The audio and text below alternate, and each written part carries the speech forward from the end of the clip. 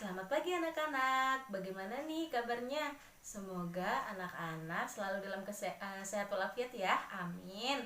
Nah anak-anak, sebelum kita memulai pembelajaran kita pada pagi hari ini, alangkah lebih baiknya kita mengawali dengan bersama-sama membaca lafal basmalah. Bismillahirrohmanirrohim.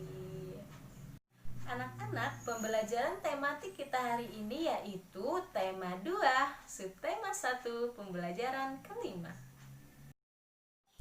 Anak-anak, sebelum Ibu menyampaikan materi kita pada pagi hari ini, Ibu akan membacakan beberapa tujuan pembelajaran kita pada pagi hari ini. Yang pertama, setelah anak-anak menyimak video pembelajaran hari ini, Ibu harap anak-anak dapat mengetahui jenis-jenis usaha. Yang kedua, anak-anak dapat menjelaskan jenis-jenis usaha.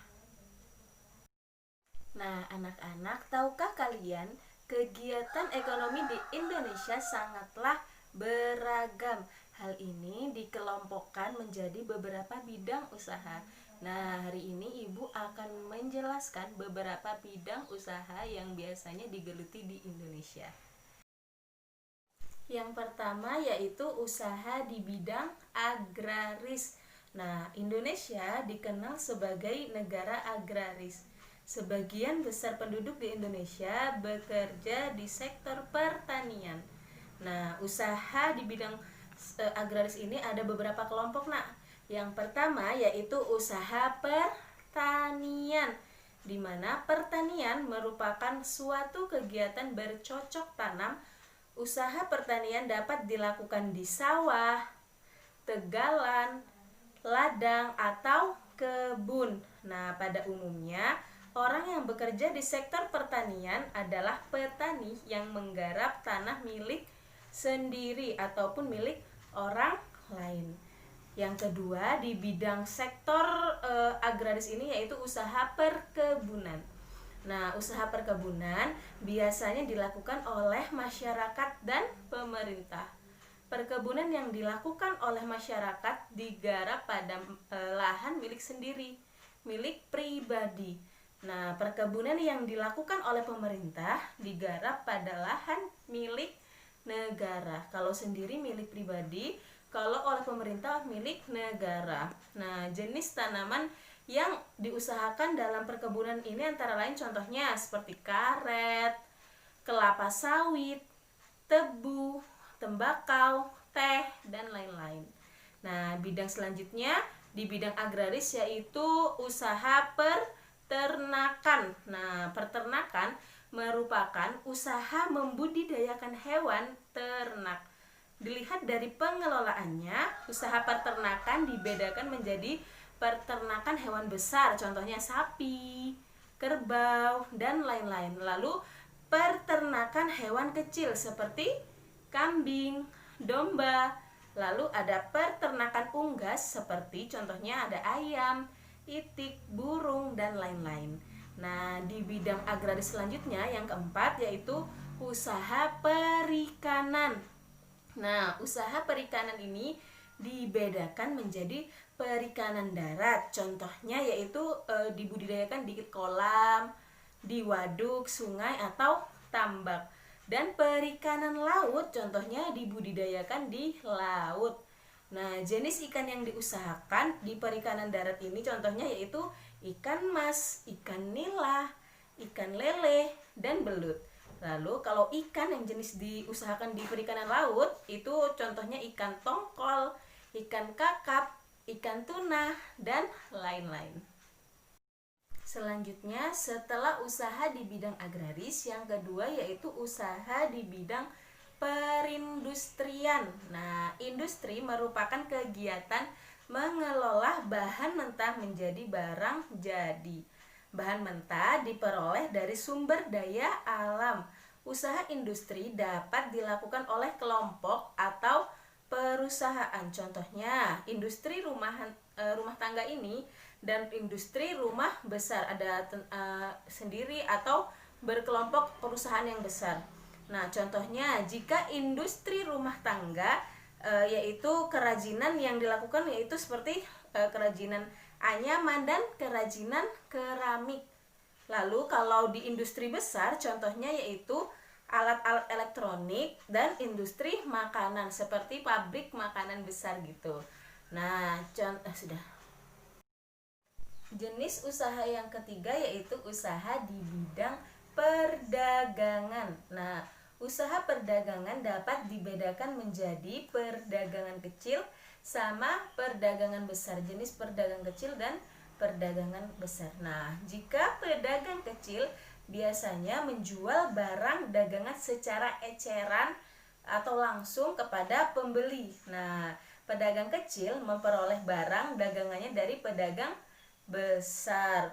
Nah, dengan memperoleh ini disebutnya dengan grosiran. Nah, biasanya pedagang kecil belanja ke pedagang yang besar. Nah, pedagang kecil ini membuka usaha di rumah atau menyewa tempat di pasar. Contohnya, pedagang kecil adalah seperti warung, toko atau pedagang kaki lima. Nah, jika pedagang besar menjual barang dalam jumlah yang banyak, pedagang besar melayani pedagang kecil. Barang-barang yang dijual oleh pedagang besar biasanya diperoleh dari pabrik. Kalau pedagang kecil belanjanya ke pedagang besar. Kalau pedagang besar belanjanya di pabrik, langsung mendapatkannya di pabrik. Pedagang besar ini dapat juga sebagai agen langsung dari pabrik. Nah, pedagang besar termasuk usaha membeli barang dalam jumlah yang sangat besar, lalu menjualnya ke pedagang kecil. Pedagang besar biasanya disebut grosir. Nah, gudang yang besar dibutuhkan oleh pedagang besar untuk menyimpan barang dagangannya. Jenis usaha yang keempat yaitu usaha di bidang jasa. Nah, usaha di bidang jasa pada umumnya memberikan sesuatu yang diperoleh oleh orang lain. Contohnya, seperti guru memberikan jasa mengajar kepada muridnya, seorang dokter melayani pasiennya, dan seorang sopir bus melayani penumpang untuk mengantar sampai ke tujuannya. Lalu jenis usaha di bidang pertambangan. Yang kelima yaitu jenis usaha di bidang pertambangan.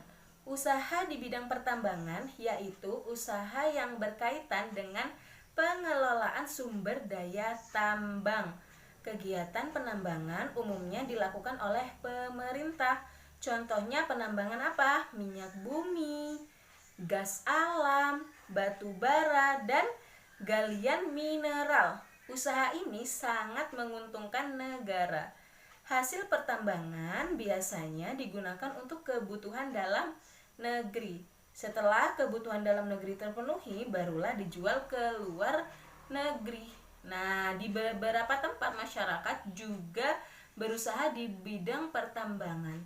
Mereka melakukan usaha pertambangan nambang pasir dan intan. Dia biasanya ada orang-orang yang nyari emas atau intan di sungai. Nak di pasir itu diambil baru diayak-ayak, baru dicari ada emasnya atau tidak. Nah, jenis usaha yang terakhir yang keenam yaitu usaha di bidang pariwisata. Nah, karena Indonesia dikenal memiliki alam yang indah ini bisa dimanfaatkan sebagai daerah wisata.